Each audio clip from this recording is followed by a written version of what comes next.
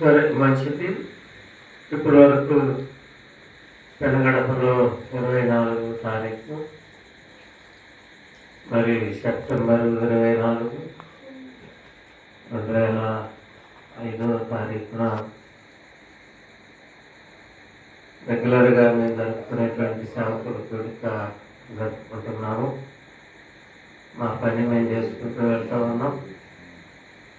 మా సేవలు, మా పిల్లలు, దేవుడు నాకు ఇచ్చినటువంటి పిల్లలతో కలుపుకొని మా సేవలో మేము చేసుకుంటూ వెళ్తూనే ఉన్నాం. మంచిది.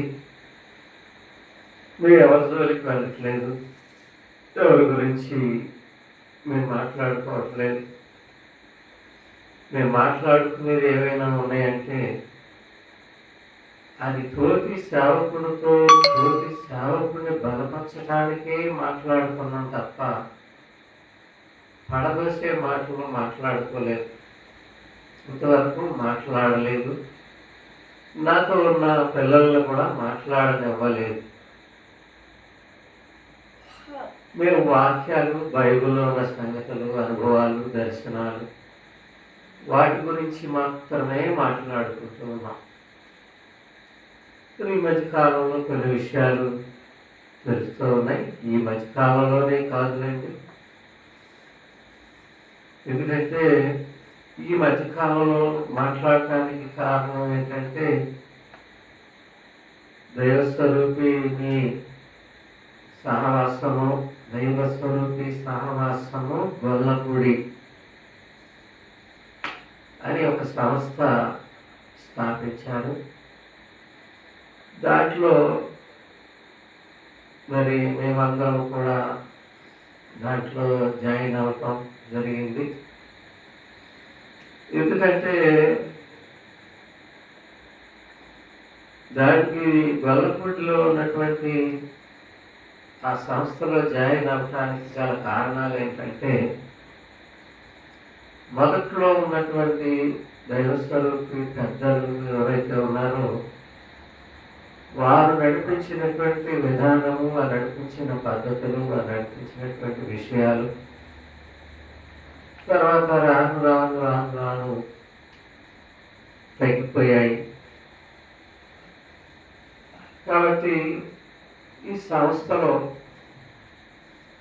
అంతా ఏంటంటే మొదట్లో పెద్దలు మాట్లాడుతున్నప్పుడు ప్రతి 2 సంవత్సరాలకి బాడీని మార్చాలి అనుకునేటువంటి మాటలు మొదట్లో ఉన్నాయి. ఆ తర్వాత అప్పుడున్న పెద్దలు మరి ప్రభువునందు నిద్రించడం జరిగిన తర్వాత వచ్చినటువంటి వారు వలన సంస్థలో చాలా వరకు మరి సంస్థ అభివృద్ధి లేదు, సంస్థకి మేలు లేదు. దీంట్లో అంతా స్వార్థం, ఎవరి తీరును వాళ్ళు, ఎవరికి ఇష్టానుసారమైనటువంటి ఆలోచనలను బట్టి నడుచుకుంటాం ప్రారంభించారు. అందును బట్టి పూర్వకాలం నుంచి ఉన్నటువంటి వారు చాలా గాయపడ్డారు, బాధపడ్డారు. కాబట్టి అందు నిమిత్తమై దీంట్లో ఈ సేవ, ఈ యొక్క దైవస్వరూపి చీలిపోవటం జరిగింది. ఇది మంచిదే. ఇది ఖచ్చితమైన వాక్యము, దేవుడు నిర్ణయించినటువంటిది. ఎందుకంటే బర్నబా, పౌలు కూడా చీలిపోయి 2 శాఖలుగా మారి విస్తరించారు. దైవస్వరూపులు ఇంతకు ముందు మరి తగరం ఆధారమయ్య గారు అని పెద్ద ఆయన ఉండేవారు. వారు కూడా దేవుడు పిలుపు అని పెట్టుకున్నప్పుడు ఆయన గారిని కూడా చాలా విమర్శించారు. ఆ రోజుల్లో బాగా విమర్శించారు. ఆయనకి క్యారెక్టర్ లేదన్నారు, ఆయన రౌడీ అన్నారు, ఎన్నో మాటలు అన్నారు. అయినా ఆ దేవుని పిలుపు కూడా ఆశీర్వదింపబడి దాంట్లో కూడా 100 మంది సేవకులు తయారు. కాబట్టి మనం ఏదో నీతిమంతులమే, ఆ పక్కన ఉన్నోళ్ళు ఏదో అవినీతిమంతులు అన్నట్టు ఆలోచించుకోవడం తప్పు. అలాగే ఇది కూడా దేవుడు ఆశీర్వదిస్తాడు. దేవుడు ఆశీర్వదించడానికే ఇది 2 భాగాలుగా అయింది.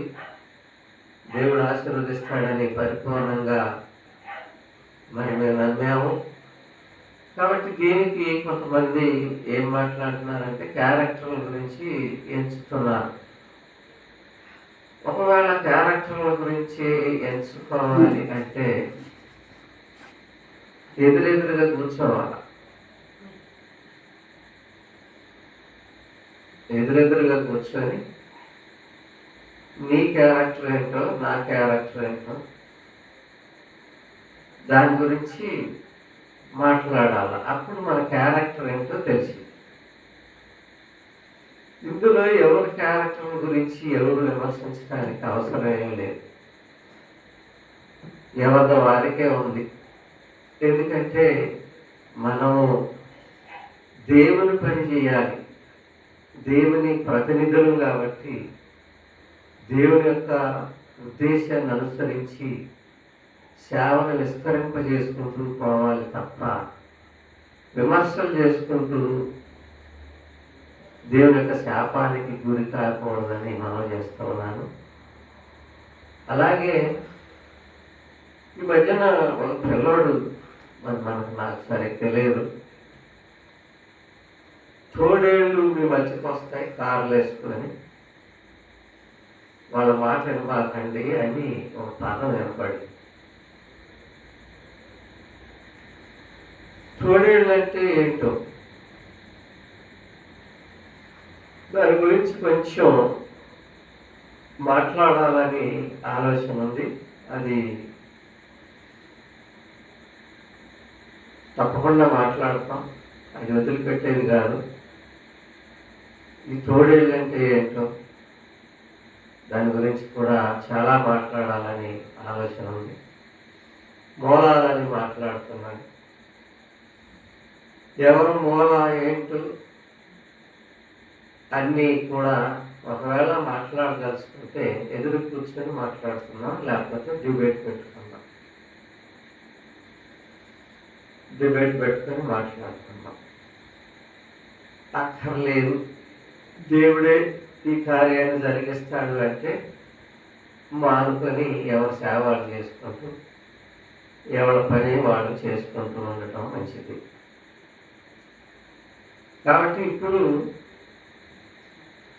మీ సేవకులు మా సేవకులు ఎవరితో ఎవరు పోయే పని లేదు అంటానికి ఏమీ లేదు. మేము ఒక సంస్థని స్థాపన చేసుకున్నాం కాబట్టి మేము సంస్థని డెవలప్ చేసుకోవాలి. మేము సంస్థను డెవలప్ చేసుకోవాలి కాబట్టి మేము ఎక్కడికైనా వెళ్తాం, మేము ఎవరితోనైనా మాట్లాడతాం, మేము ఎవరినైనా చేర్చుకుంటాం. ఎందుకంటే చేర్చుకోగలం, వాళ్ళని మార్చుకోగలం, నడిపించుకోగలం. మేము అధికారం చేయం, కమాండింగ్ చేయం, డిమాండ్ చేయం. బైబిల్లో ఏదైతే ఉందో యాజ్ ఇట్ ఈజ్గా చేయగలం. మేము పరిశుద్ధులము, మీరు అపవిత్రులు, మాకు మీకు దూరముగా ఉండవాలని బైబిల్ ఆనాడే చెప్పింది. అట్లా అనరాదు అని చెప్పింది. కానీ మేము అధికారులము, మేము పెద్దలము, మేము పైన మీరు కింద అనే దానికి నేను ఆనాడే జవాబు చెప్పాను. ఏమనంటే యేసుప్రభు వారు ఎప్పుడు పైన కూర్చొని శిష్యుల్ని కింద కూర్చోబెట్టుకోలేదు, ఆయన పక్కన కూర్చోబెట్టుకున్నాడు. ఆఖరి మనుషులు అయి ఉండి మనం ఇంతగాదా చూపిస్తూ ఏం సేవ చేస్తారనేటువంటి ప్రశ్నలు ఆ రోజే మేము లేవనెత్తాము. అయితే ఈ మాట్లాడినటువంటి ప్రతి మాట కూడా వాక్యానుసారంగా దేవుని మాట ఏదైతే ఉందో మాట ప్రకారంగా మాట్లాడుతూ వచ్చాం. కానీ నోటికి ఏదైతే అదే మాట్లాడి మేము చిన్నపుచ్చుకోలేదు, ఏనాడు తలవసలేదు. ఒకవేళ ఏ విషయంలోనైనా ఏమంటున్నారంటే తిరుగుబాటు అంటున్నారు. అంటే ఏంటి? తిరుగుబాటు అంటే ఏంటి? ఏదైనా తెలియని అడిగితే తిరుగుబాట, వాక్యంలో ఏదైనా తెలియకపోతే తిరుగుబాట. నేను 1992లో నాకు ఒక సమస్య ఎదురైంది. ఏంటంటే క్రీస్తు సంఘం వాళ్ళు వచ్చి ఏమన్నారంటే మాట్లాడకూడదు అని బైబిల్లో ఎక్కడుంది సైగలు చేయమని అని వాళ్ళని క్వశ్చన్ వేశారు. నాకు తెలియదు, కొత్తగా ఉన్నప్పుడు. అప్పుడు మా నాన్నగారిని, అయ్యా ఇట్లా అడుగుతున్నారు, నేనేం చెప్పాలి, అందరూ వాళ్ళే ఉన్నారు అని అంటే, పౌలు గారు ఆయన పట్టుబడిన తర్వాత ఆయన గ్రీకుల మధ్యలో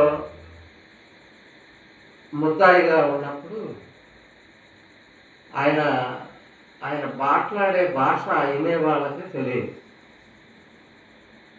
ఆ వినే వాళ్ళకి తెలియనటువంటి భాష మాట్లాడేటప్పుడు చేసైగ చేసిండు, ఆగండి నేను మాట్లాడతాను, మీ భాష నాకు వచ్చు అని చేసైగ చెప్తే ఆ మాట చెప్పాను. నాకు మాట్లాడకూడదంటే చేసైగ చేశాను, నేను మాట్లాడతాను, నాకు భాష వచ్చు అన్నమాట.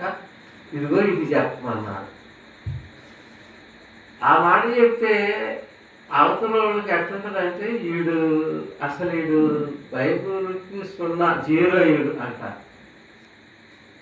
అలాంటి మాటలు, బలం లేని మాటలు, బైబిల్కి సంబంధం లేని మాటలు, బైబిల్కి దగ్గర లేనటువంటి మాటలు, బైబిల్కి దూరమైనటువంటి మాటలు విని విని విని విని ముసలోళం అయిపోయింది. కాబట్టి బైబిల్లో ఉన్నది ఉన్నట్టు చెప్తే తిరుగుబాటు కాదు కదా.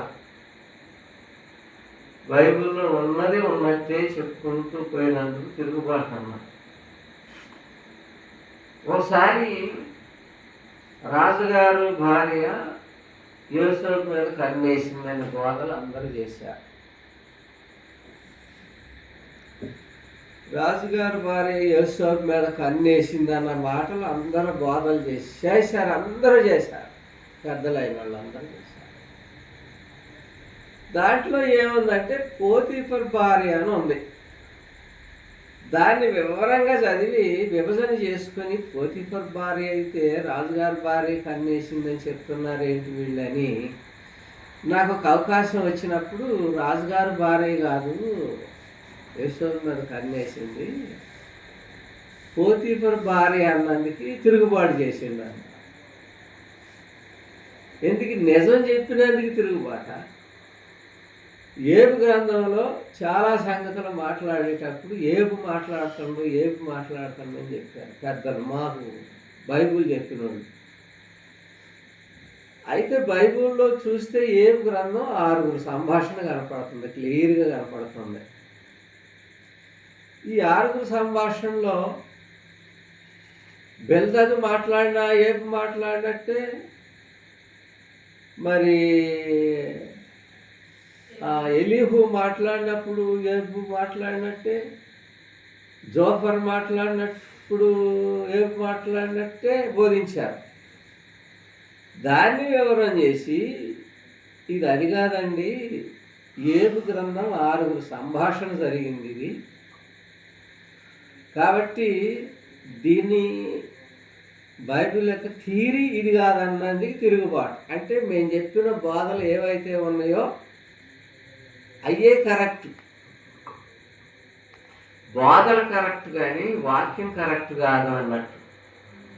ఆ మాట అడిగితే తిరుగుబాటు. ఏదన్నా తెలియంది ఏదన్నా అడిగితే తిరుగుబాటు. ఒక ఆయన బైబిల్ పట్టుకొని ఏకాంతానికి పోవద్దాను, బైబిల్ పట్టుకొని నేను ఏకాంతానికి పోతాను, నేనే బైబిల్ పట్టుకునే పోతాను. నేను పోతుంటే ఆయన ఒక మెసేజ్ చేస్తే ఆయన ధీటైన మెసేజ్ ఒకటి నేను చేశాను సేవకులు కూడా.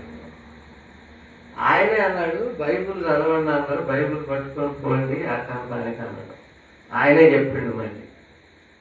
అంటే బైబుల్ చదవండి అని చెప్తే తిరుగుబాట. ఈ మాటలు తప్ప అంటే ఆత్మీయ తండ్రికి లోబడి ఉండటం అంటే ఏంటి? ఆయన తప్పు చెప్పినా లోబడి ఉండాలా, అబద్ధాలు చెప్పినా లోబడి ఉండాలా, బైబిల్కి సంబంధించింది ఏదీ లేని అనుసరణ జరుగుతున్నా కూడా నమ్మాలా, వినాలా? అంటే ఆత్మీయ తండ్రి అనేవాడు ఏది చెప్పుకుంటూ పోయినా మనం వినుకుంటూ పోతుంటేనే తిరుగుబాటు కదా? అదేనా? నన్ను ఒక ప్రొఫెసర్ అడిగాడు, ఏమనంటే దెయ్యాలు గురించి అడిగాడు. ప్రొఫెసర్ అడిగాడు, బెంగళూరు బైబుల్ కాలేజ్ అంటే బైబుల్ ముద్ర నేసే దగ్గర పనిచేస్తారట. బైబుల్ బెంగళూరులో మన తెలుగు బైబుల్ ముద్రేసి అక్కడ ముద్రేసి ఆయన అక్కడ పనిచేసి ఆయన నాకు పరిచయం అయ్యి మాట్లాడి ఈ దెయ్యాలు అనే సంగతుల గురించి ఆయన దగ్గర నేను ఆయనకి మాట అడిగాను. అడిగితే చనిపోయిన వాళ్ళు దెయ్యాలు కారు అని బైబిల్ చక్కగా తేటగా తెలియజేస్తావు. అంటే చచ్చిపోయిన వాళ్ళు దెయ్యాలు అవుతారా అంటే ఎవరు అంటున్నారు ఈ మాట? మన ఆత్మీయ తండ్రి మీ నాన్నమ్మ చచ్చిపోయి దెయ్యమై నిన్ను పట్టిందిరా అంటే మనం నమ్మాల. మా నాన్నమ్మ చచ్చిపోయి దెయ్యమై పట్టిందా అని ఆత్మీయ తండ్రి అంటే మనం దాన్ని నమ్మాల. ఒకవేళ కాదుగా ఇది అందులో లేదుగా బైబుల్లో అని మనం అడిగామనుకోండి, అప్పుడు తిరుగుబాటు. ఈ తిరుగుబాట్ల బైబుల్ నేర్చుకోవటం తిరుగుబాట, వాక్యం చెప్పటం తిరుగుబాట. ఆ విషయానికి వస్తే తిరుగుబాటు మీరు చేశారు, తిరుగుబాటు మేము చేయలేదు తిరుగుబాటు. కాబట్టి ప్రతి ఆత్మ తండ్రి ఆత్మీయ కుమారుణ్ణి ప్రేమించే విధానం ఏంటంటే నేర్పాలి. లేదు మనకి నేర్పే పవర్ లేకపోతే నేర్చుకునే వాడి దగ్గర నేర్చుకునేయాలి. అంతే తప్ప వాడికి అన్యాయం చేయకూడదు, అని పాడు చేయకూడదు. ఇది నా సిద్ధాంతం. ప్రతి మనిషి బైబిల్ తెలియాలి, వాక్యం తెలియాలి, వాక్యం భావం తెలియాలి, బైబిల్ యొక్క అనుసరించాలి, ఖచ్చితంగా ఉండాలి, నిజాయితీగా ఉండాలి, నీతిగా ఉండాలి. మనం చెప్పే మాటలో ఏది కూడా అబద్ధమై ఉండకూడదు. అది నా పాలసీ. అట్లా ఉండాలని నా కోరిక. దీనికి ఏది మనం అతికించినా కూడా ఆత్మీయ తండ్రికి తిరుగుబాటు. క్యారెక్టర్ లేదు. వాళ్ళు అంటారు క్యారెక్టర్ లేని వాళ్ళు అని. ఎవరిని అంటున్నారంటే వల్లపుడి సంస్థలో ఉన్న వాళ్ళందరూ క్యారెక్టర్ లేని వాళ్ళని. కాబట్టి దానికి నీట్గా సమాధానం చెప్పాలని ఆలోచన ఉంది. తప్పకుండా సమాధానం చెప్తాం. మేము అందరి దగ్గరికి వెళ్తాం, అందరినీ ఆహ్వానిస్తాం, అందరికీ బైబిల్ గురించి చెప్తాం. ఇంకా కొన్ని విషయాలు సంస్థలో ఉన్నటువంటి ఒక మంచి అనుభవాలు, మంచి నడిపింపులు, మంచి ఉద్దేశాలు చెప్పి ఈ సంస్థను బలపరచడానికి మరి మేము ఇష్టపడి ఉన్నాం, కష్టపడి పనిచేస్తాం కూడా అని కూడా మీకు ఈ సభాముఖంగా మీకు తెలియజేస్తూ, ఇంకా దేవుని చిత్తం అయితే మరి కొన్ని విషయాలు మనకు ఒక సమయంలో మళ్ళీ మాట్లాడుకున్నాం. మాకు దీవించను గాక.